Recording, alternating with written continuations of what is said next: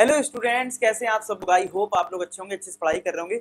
आपको पता है स्कूल में अब टेस्ट स्टार्ट होने जा रहे हैं और बहुत सी स्कूल तो ऑफलाइन स्टार्ट होने जा रहे हैं। तो ये सारी चीजें हैं। अब आपको पता है कि कुछ की पॉइंट्स आपको याद रखने हैं जिसके थ्रू आप अपने स्कूल टेस्ट में, यानी चाहे प्री बोर्ड हो, उसमें आप अच्छा स्कोर कर सकते हैं। तो कई बार क्या होता है, मैं पढ़ तो लिया सब कुछ, लेकिन कुछ चीजें हम मिस कर देते हैं जिसके वजह से हमारे नंबर कम हो सकते हैं, कुछ गड़बड़ हो सकता है। तो इसलिए इन चीजों का भी ध्यान रखें जो मैं 5 पॉइंट्स आपको बताने जा रहा हूँ। इन 5 पॉइंट को आप क्लियर कर लोगे तो पक्का है कि कुछ ना कुछ आपको हेल्प जरूर होगी और डेफिनेटली आप एक अच्छा स्कोर कर पाएंगे। तो स्टार्ट करते हैं वीडियो को। तो पहला पॉइंट ये है कि आपको एनसीईआरटी के एग्जाम्पल जरूर करने हैं। मतलब होता क्या है, कई बार हम लोग पढ़ते रहते हैं, एनसीईआरटी की एक्सरसाइज कर लेते हैं। आप ये जरूर बात ध्यान रखना, आप चाहे प्रीवियस ईयर क्वेश्चन उठा के देखना, आपको खुद समझ में आ जाएगा कि भाई एग्जाम्पल से क्वेश्चन जरूर आ जाते हैं। तो आपको क्या करना है, एग्जाम्पल अगर आपने नहीं किए हैं, चाहे वो साइंस हो चाहे कोई भी सब्जेक्ट हो, ठीक है, साइंस में भी एग्जाम्पल दिए होते हैं, उनको जरूर किया करो। ऐसी मैथ्स में भी आपकी जो भी एक्सरसाइज है उसके एग्जाम्पल आप जरूर करके जाएं। ये आपको बिल्कुल माइंड में याद रखना है तो सही रहेगा। ये पहला पॉइंट बिल्कुल ध्यान रखो कि लिख लो आप चाहो तो कि भैया मुझे क्या क्या चीजें ध्यान रखनी, जो चीज मिस हो सकती है। सेकेंड पॉइंट है, अगर स्कूल में कोई असाइनमेंट मिला है तो उसको जरूर करना है। होता क्या है कि स्कूल वाले, देखो होता क्या है, स्कूल में क्लास में सब टाइप के बच्चे होते हैं। मैं मुझे पता है, इसका एक्सपीरियंस है क्योंकि मेरे साथ और भी टीचर्स ने काम किया, वो बताते हैं अपना एक्सपीरियंस। उस बेसिस पे मैं आपको बता रहा हूँ।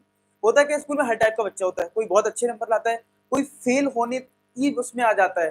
तो टीचर एक पेपर ऐसे सेट करते हैं कि भाई बच्चे पास भी हो जाएं, क्योंकि यार फेल कोई नहीं करना चाहता इन जनरल, ठीक है। तो वो चाहते हैं हमारे बच्चे पास हो जाएं, तो एटलीस्ट मिनिमम मार्क्स तो आ जाए। बच्चा कुछ पढ़ के आएगा तो उसको एटलीस्ट कुछ तो फायदा हो।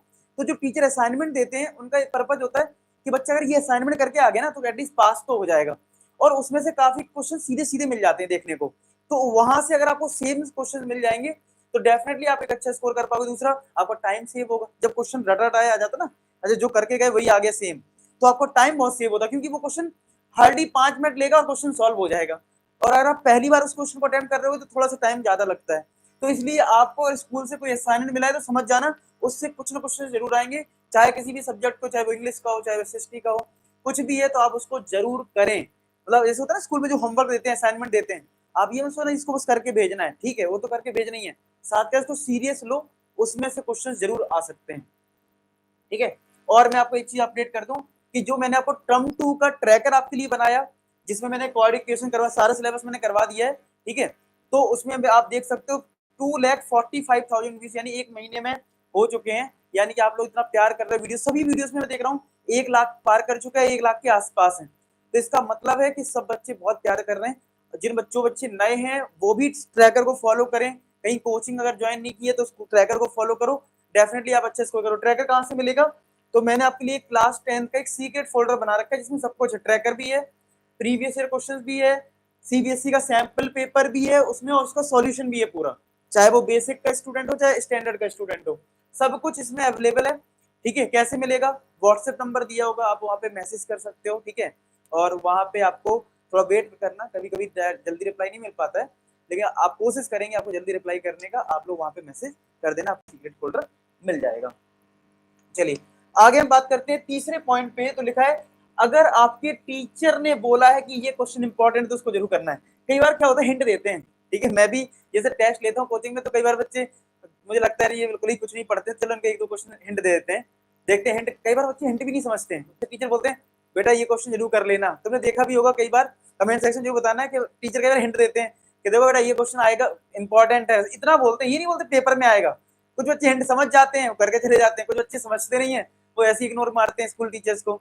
तो आपको अगर किसी टीचर ने किसी भी सब्जेक्ट में अगर बोला है कि बेटा ये इंपॉर्टेंट क्वेश्चंस हैं, तो भैया वो समझ लो उसके बहुत ज्यादा चांसेस है पेपर में आने के। और देखो एक और चीज होती है, अगर मैं किसी क्वेश्चन को इंपॉर्टेंट बोलता हूँ तो मैं कहीं ना कहीं उसको पेपर में जरूर देता हूँ। जैसे मैं ही पेपर सेट करता हूँ, तो मैं क्वेश्चन जब पेपर सेट करता हूँ, मेरा जो फेवरेट क्वेश्चन होता है ना, मुझे इंपॉर्टेंट लगता है, उसको मैं जरूर डाल देता हूँ। तो ये एक साइकोलॉजिकल, इसको समझो कि मतलब जिस टीचर का कोई क्वेश्चन फेवरेट है या इंपॉर्टेंट, उसके लिए उसकी चांसेस बहुत ज्यादा होते हैं आने की। तो आप प्लीज उस टाइप से थोड़ा सा ध्यान रखें, छोटी छोटी बातें, तो अच्छा रहेगा, ठीक है। नेक्स्ट पॉइंट है, कोई क्वेश्चन छोड़कर मत आना। हाँ यार, ये बहुत बड़ी दिक्कत है। कई बार क्या होता है, हम लोग सोचते हैं यार ये क्वेश्चन तो बिल्कुल नहीं आ रहा है, कुछ समझ में नहीं आ रहा, छोड़ देते हैं। अब मान लो वो क्वेश्चन 3 नंबर का है, तो आप छोड़ के आ गए पूरे क्वेश्चन। तो यार प्लीज कोई क्वेश्चन मत छोड़ना। आपको कुछ भी नहीं आता है, कोई बात नहीं, इससे रिलेटेड कुछ लिख देना, खासकर इंग्लिश में, एसएसटी में। अगर आपको उस टॉपिक से रिलेटेड कुछ भी आता है, थोड़ा सा भी आता है, उसको बढ़ा चढ़ा के जैसे लिखना है, इधर उधर से मिला के लिख देना, छोड़ना एक भी क्वेश्चन नहीं है। क्योंकि छोड़ोगे तो मान लो 3 नंबर का क्वेश्चन है, 3 में 3 चले गए, क्या देगा भाई टीचर? बिना लिखी कॉपी में क्या नंबर दे देगा भाई? ब्लैंक तुमने छोड़ दिया, कुछ लिखा ही नहीं। कुछ लिख दिया है तो यार कुछ रिलेट करेगा, पक्का आपको 3 में 1 नंबर तो दे ही देगा, अगर आपने सही से थोड़ा लिख दिया है। समझ रहे हो मेरी बात? चाहे किसी सब्जेक्ट में हो, मैथ्स में भी अगर हम बात करें, सरफेस एरिया वॉल्यूम है, मान लो आपने फॉर्मूले लिख दी, चलो कुछ तो देगा, आधा नंबर तो मिलेगा। तो आपको कोई भी क्वेश्चन छोड़ना नहीं है, गलती मत कर देना ये सब, ठीक है? बाकी आप लोग कमेंट सेक्शन में बताना कि आपकी तैयारी कैसी चल रही है, वो जरूर लिखना। इसके फीडबैक को मैं देखूंगा और एनालिसिस करूंगा और आपके लिए इस पे काम करूंगा, ठीक है? अच्छा, एक चीज और है, कल सुबह 10 बजे क्वाड्रेटिक इक्वेशन की तूफानी सीरीज स्टार्ट हो रही है, जिसमें सब कुछ हम कवर करने वाले हैं। सब कुछ मतलब previous year, exemplar, important question, हर वो चीज जो उस चैप्टर के लिए चाहिए, सब कुछ कवर है। तो कल सुबह 10 बजे सब लोग आ जाना, ठीक है? लिंक मैं डिस्क्रिप्शन में डाल दूंगा, ठीक है? क्वाड्रेटिक इक्वेशन सुबह 10 बजे। अब नेक्स्ट जो है, जो क्वेश्चन लेंथी है उनको बाद में करना। कई बार ऐसा देखा गया है, पेपर एक नॉर्मल आता है, लेकिन कई बार बच्चे बोलते हैं पेपर सर लेंथी था। होता क्या है कि कई बार हमने जो अप्रोच लगाई वो गलत लगाई। हमने क्या करा, हार्ड क्वेश्चंस या लेंथी क्वेश्चंस पहले अटेम्प्ट कर लिए, उनमें हमारा टाइम बहुत ज्यादा चला जाता है। तो आपको क्या करना है, अगर आपको लगता है कि जो क्वेश्चंस लेंथी हैं उनको बाद में करना। मैं जैसे मैथ्स का आपको बताता हूँ, मैथ्स में जैसे आपको पता है सरफेस एरिया वॉल्यूम में कई बार कैलकुलेशन ज्यादा हो जाती है, कई बार बहुत सिंपल भी रहती है, कई बार आपको लगता है कि ज्यादा इसमें है, तो आप उस क्वेश्चन को पहले ना करें, ठीक है? आप उसको सबसे बाद में करें, ठीक है? अब आपको लगता है जैसे क्वाड्रेटिक है, एपी है, ये चैप्टर ठीक है, ठीक है? सर्किल का प्रूविंग वाला क्वेश्चन अगर आपको लगता है बाद में करना, तो बाद में कर सकते हो। यानी आप टॉपिक डिसाइड कर लो, ठीक है? तो आपको लगता है कि यार इस टॉपिक से क्वेश्चन मुझे लेंथी लगता है, गलत होने का भी चांस हो सकता है, उसको सबसे बाद में करो। क्योंकि अगर आप पहले करोगे और कहीं आंसर नहीं आया, तो आपका कॉन्फिडेंस लूज हो जाएगा और उस चक्कर में आपका पेपर खराब हो सकता है। शुरुआती कई बार होता है ना, हम खराब कर देते तो क्या होता है, हमारा कॉन्फिडेंस लूज हो जाता है, तो आते हुए क्वेश्चंस गलत हो जाते हैं। तो जो क्वेश्चन अगर लेंथी आपको लग रहा है कि यार ये है लेंथी, इसको बाद में ही करो, सबसे लास्ट में। पहले आप सारे क्वेश्चन निपटा लो जो आपको आ रहे हैं, वो पहले कर लोगे तो आपका कॉन्फिडेंस बूस्ट होगा, तो आपको जो क्वेश्चन नहीं भी आता होगा वो भी कॉन्फिडेंस में हो जाता है, ठीक है? ध्यान रखना इस चीज का। तो ये चीजें जो है साइकोलॉजिकल थोड़ा सा काम करती हैं, इस पे भी आपको फोकस करना होगा, ठीक है? तो आई होप सारी चीज आपको क्लियर हो गई होंगी।